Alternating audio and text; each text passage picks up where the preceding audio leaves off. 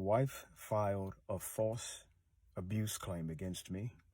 If you don't want black pills, this is the moment to scroll. Okay. So, this guy is basically creating a TikTok to ask for help for him and for other men who are victims of false abuse allegations, and he's doing it as it's happening to him. So it's interesting in that way. And it's pretty eloquent, and I'm sure that there's a pretty good chance that he is being sincere in his reclamation. That said, I'm gonna give you like it is, and it isn't good. So biology is such that we are designed to want to protect and care about women significantly more than we care about men. That's why, unfortunately, horrible atrocities like saving women first in boats happens. That's why atrocities like forbidding the exit of men from Ukraine. It happened first with Zelensky, but eventually Putin did the same thing. So this was a war crime on both ends. Forbidding the exit of military-aged men from Ukraine and later forbidding their exit from Russia happens. These kinds of atrocities that have been going on forever, unfortunately, they will continue to go on for quite a while because there's a biological fact and an ethical question. The biological fact is women are more valuable biologically because it is harder to obtain a pregnancy than it is to obtain a load, and that basically creates an imbalance into between two tribes, one that mistreats men systematically and benefits women, and one that doesn't. The one that mistreats men systematically and benefits women has a slightly higher probability of surviving in the long run because they will end up having more pregnancies, more children, more tribe. The tribe has a higher chance of doing well in the future. So we are all innately ingrained with an automatic, desire, proclivity to protect women. Both women and men do that, and because of that proclivity, some of us also end up believing women more often than not, and that's a problem in many different ways. For a while there was even a little bit of a movement to believe all women during the Me Too catastrophe, but the reason why we do that is that evolutionary reason. It's just pregnancies are valuable, but the ethical question is a separate question, which is is there more fundamental validity and value in the mental life and the mental states and the existence of males over females? And as far as we've been able to tell in the last few thousand years of progress in science and ethics and our civilization, no. It seems that all humans, should be treated and afforded the best possible life that they can live, and we should kind of live in a way that treats everyone well. So, I mean, as you can tell probably by my voice, this is something that it causes some commotion in me, and it really irritates me, just how much we dispense with men at our own peril. Yeah, yeah, it's really harsh, I understand why Jordan Peterson cries every now and then in those videos where he's talking about that kind of systematic discrimination. But the black pill, which is yet to come, is that it's very unlikely that we're going to be able to stop doing that. The military needs to push that ideology so that men are brainwashed into sacrificing themselves for abstractions like glory, family, country, whatever. But at the end of the day, it's basically like a slaughter of men.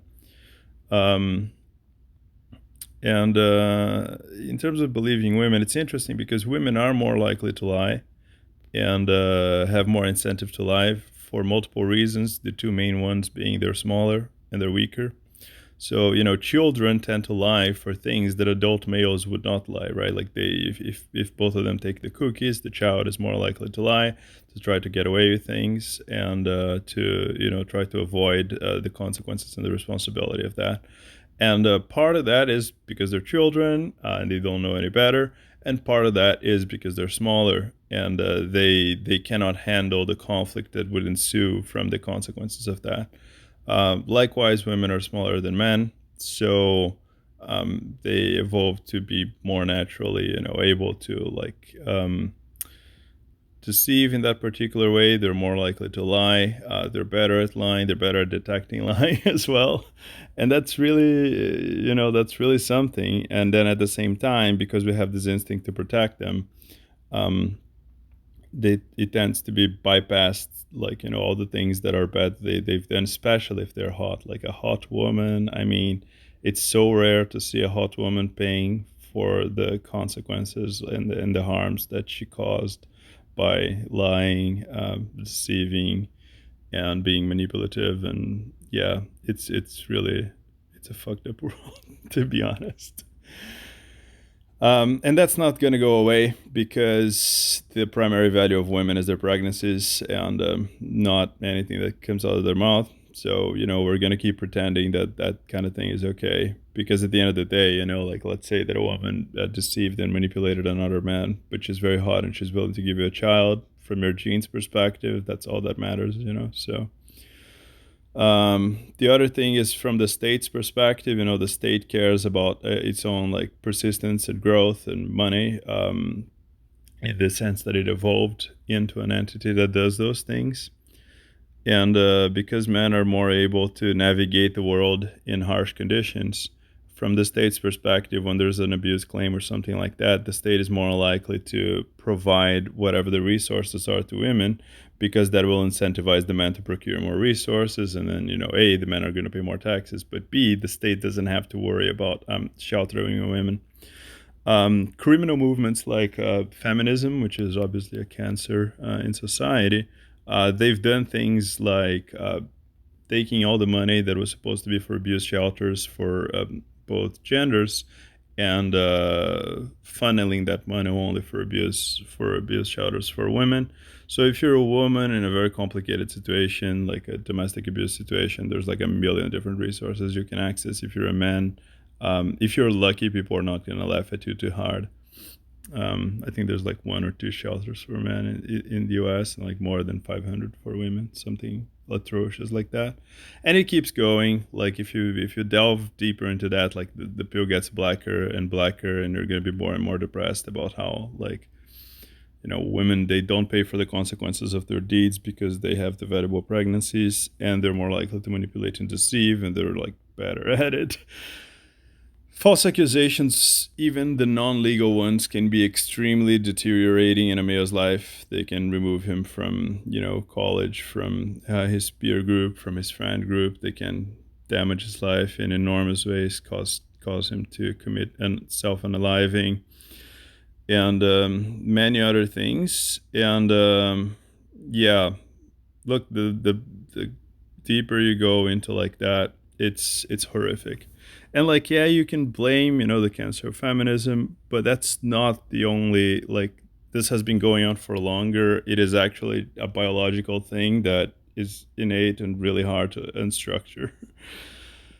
Like, you'd have to go back millions of years for, that kind of like deception in order to accrue resource benefit for sexual purposes, like changes. Also, because women need to procure resources for babies, at least back before condoms, abortion, etc., they, their incentive is to do whatever it takes to acquire the resources, whether it's truthful, whether it's honorable, whether it has any dignity or respect or self-respect or anything like that. And yeah, so we are machines evolved for different things, and the ethics from a male's perspective are not compatible with the actions from a female's perspective, and that's the black pill, man. It's not going to get better. There's not going to be a movement. People are not going to solve this problem anytime soon. I'm so sorry.